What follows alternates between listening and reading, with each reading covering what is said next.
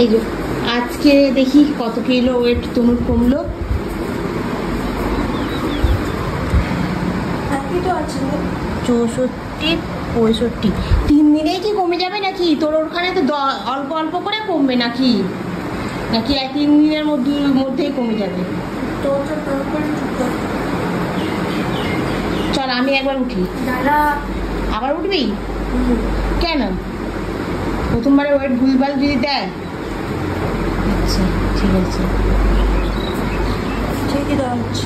ঠিকই দেখাচ্ছে, কোনো অসুবিধা নেই। এবার আমি একবার উঠে দেখি আমারটা কি হলো। চারটে মশলা ছিল না এখানে, 66 ছিল 67 হয়ে গেল।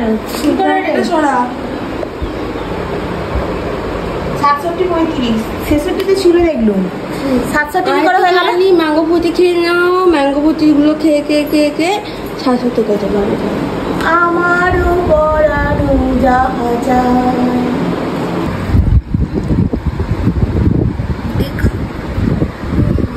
कैमरा को लेकर दिखाते रहते हैं।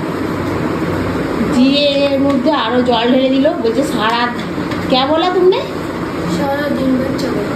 सारा दिन भर चलेगा। ठीक है, हम चाय लेकर आते हैं। ठीक है, আমি যদি সিএমএটাতে পাস করে যাই আমাকে তাহলে আরেকটা রকম বোতল হ্যাঁ দিয়ে দেবো। Thank you. এবার তুই যা আনতে পারিস। ওয়েলকাম। গুড মর্নিং বন্ধুরা, আশা করছি তোমরা সকলেই খুব ভালো আছো। আমিও খুব ভালো আছি। মামুনি দাস ডেইলি ব্লগে তোমাদের সকলকে স্বাগত।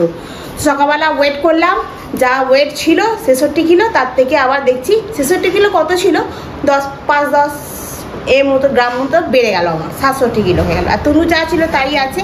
আমার বেড়ে যাওয়ার কারণ হচ্ছে আমি আম খাই, আম খেতে আমার খুব ভালোবাসি। তবে এখন দুদিন আমটা এখন বন্ধ আছে। আর এই চা নিয়ে এলাম। তনুর এখন তো জোর কদমে চলছে, যেহেতু চলুক। আমি এত ডায়েট ফায়েট করি না, যেটুকুনি হয় সেটুকুনি করি। ভালো ডায়েট ফাইট করে নি। এই ডায়েট করতে গিয়ে একটা সময় আমাকে কত কথা শুনতে হয়েছিল, মনে পড়ে?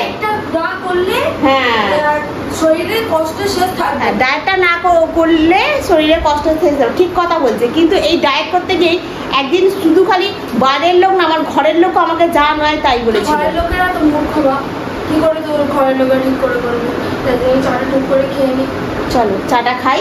সব কথা আমার ক্যামেরার সামনে বলা যাবে না, আর অনেক রকম হয়ে যাবে ব্যাপার, সেই জন্য বলি না, চুপ করেই থাকি। তবে একদিন যদি কোনোদিন মাথার উপরে ছাদ করতে পারি সেদিনকে সব কথা শেয়ার করব। চলো বিস্কুটটা নিই।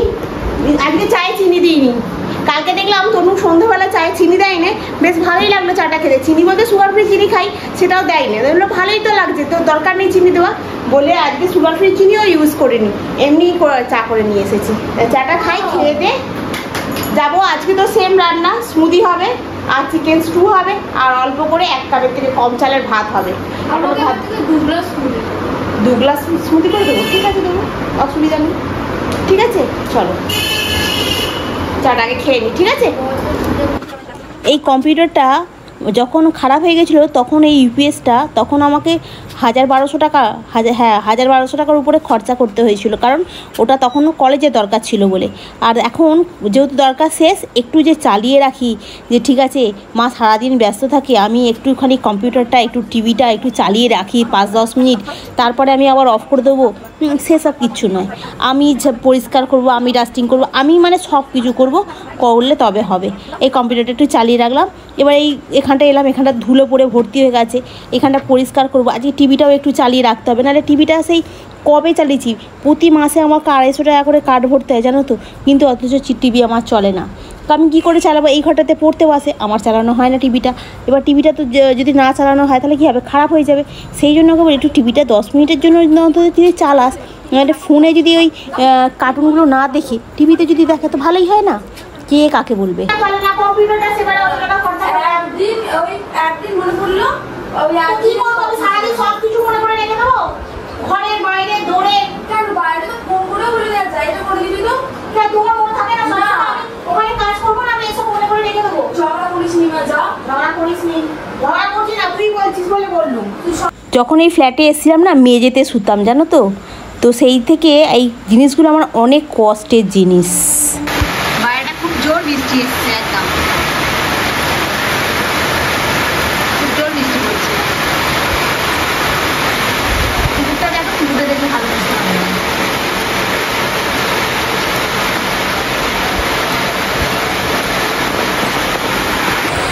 এতদিন বৃষ্টি হচ্ছে, মনটা যেন খুব খুশি হয়ে গেল। বেশ ঠান্ডা ঠান্ডা ওয়েদার তো, বেশ ভালো লাগছে বাড়ি।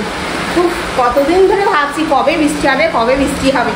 যা বৃষ্টি আরম্ভ হয়েছে, কি করে যাবো সেটাই এখন ভাবছি। জ্বালাটা মানে হাওয়ায় বন্ধ হয়ে গেছে। ভাতটা হয়ে গেছে, চিকেন স্যুপ এখনো হচ্ছে। আজকে হকিংসে দিইনি, এমনিই করছি।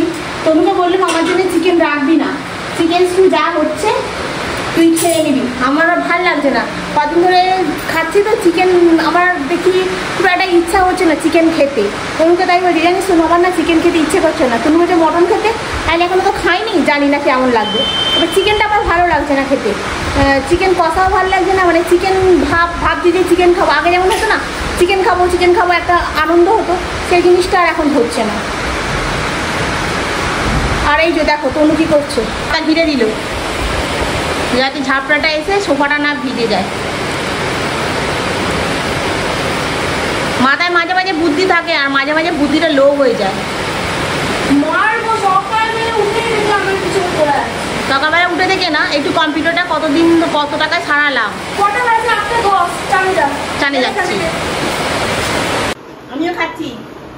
যারা ভাববে যে ডায়েট করবে আমার মতো, হ্যাঁ তারা এটা খেতে পারে। এটা খেতে কিন্তু হেভি সুন্দর।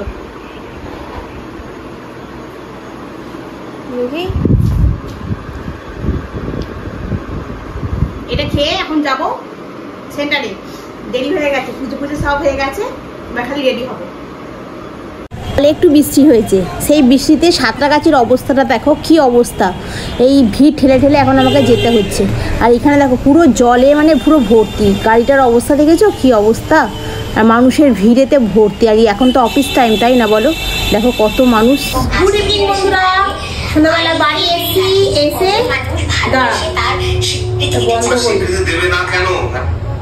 নাহলে আবার এ হয়ে যাবে। আমি বাড়িতে এসেছি অনেকক্ষণ, তখন বাজে কটা 7:10।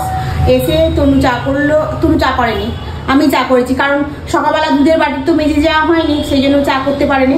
আমি এসে আবার গোপালকে খেতে দিয়ে দুধের বাটি মাজলাম, মেজে তারপরে আমি চা করলাম, করে চাটা খেলাম। খেয়ে একটু বসেছিলাম, বসে ভিডিওগুলো এডিট করছিলাম। করে আজকেও বললাম কি খাবি, চ না একটু ডালিয়া করে খাই কিংবা রুটি করি। না, তুমি আমার জন্য স্মুদি বানিয়ে দাও। কিন্তু একটা দুধের প্যাকেটে সকাল বিকাল দুবেলা দুজনের হবে না, তাই না? 500 একটা দুধের প্যাকেটে কতটুকুনি হবে? ঠিক আছে, তাহলে তুই স্মুদি খাচ্ছিস খা, আমি একটু ডালিয়া করে খাই। বলে আমি একটু ডালিয়া করেছি, ডিম ভাজা করেছি, আর একটুখানি একটা আলু ভাজা করেছি। এই ডিম ভাজাটার মধ্যখান থেকে খুবলে খেয়ে নিয়েছি। দুধটা গরম করে রেখেছি, এখনো পর্যন্ত ঠান্ডা হয়নি। দেখো ডালিয়াটা কি সুন্দর হয়েছে। এই জন্য ডালিয়া করেছি কাঁচা লঙ্কা দিয়ে। আর এখানে দেখো ডিম ভাজাটাকে অর্ধেক খুবলে আমি খেয়ে নিচ্ছি। এখানটা নরম মতো ছিল। আর এই যে 2-4টা আলু ভাজা করেছি। আর তনুর জন্য দুধটাকে গরম করে রেখে দিয়েছি, ওর হয়ে গেছে অলরেডি। দুধটা ঠান্ডা হলেই এই যে এখানে রেডি করা আছে সব কিছুটাই, ঠিক আছে? রেডি করা আছে এখানে সব কিছুটাই, এটার মধ্যে দিয়ে খালি পেস্ট করলেই হয়ে যাবে। সকালবেলা খেয়ে গেছি স্মুদি, আর দুপুরবেলা ওখানে রুটি খেয়েছি দুটো। পটল আলু তরকারি হয়েছিল। আমি পটল খাই না খুব একটা, আমার পটল পছন্দ না, সে দানাগুলো কড়কড় করে গালে পড়ে বলে আমি খালি আলুগুলো খেয়েছিলাম।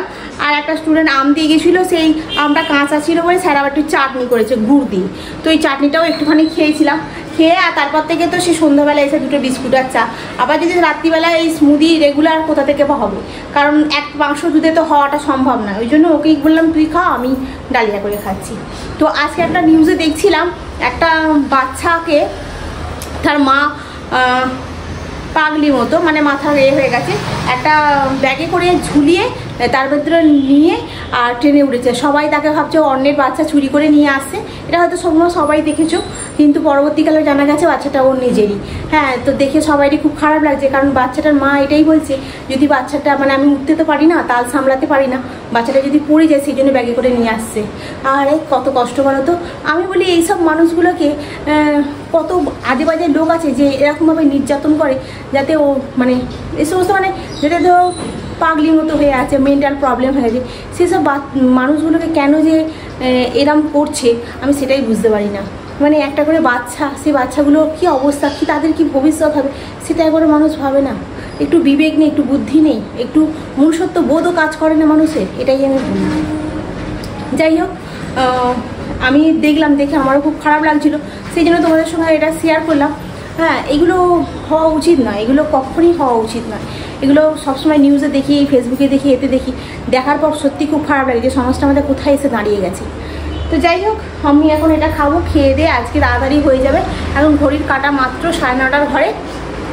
তো চলো বন্ধুরা, আজকের ব্লগটা আমি এখানেই শেষ করছি। নেক্সট ব্লগে আবার তোমাদের সঙ্গে দেখা হবে। তোমরা ভালো থেকো, সুস্থ থেকো, গুড নাইট। কে চায়ের কাপটা একবার তো গিয়ে দিয়ে আসতে পারতিস, বল, চাটা খাওয়া হয়েছিল, চায়ের কাপটা এখানেই পড়ে আছে। আশ্চর্য প্রকৃতির সব মানুষ। আর পারি না, একার সময় আমার খুব কষ্ট হয়, বিরক্ত লেগে যায় কাজ করতে করতে। আর এই দেখছিলাম, বিগ বস দেখছিলাম, বিগ বসটা আমার খুব ভালো লাগে।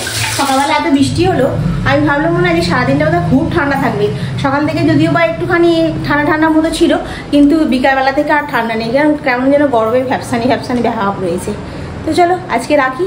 বাইরে গাছগুলো তো আজকে জল দিইনি, তোমার এর জল পেয়ে গেছে, বৃষ্টির জলের ঝাপটাতে মোটামুটি হয়ে গেছে।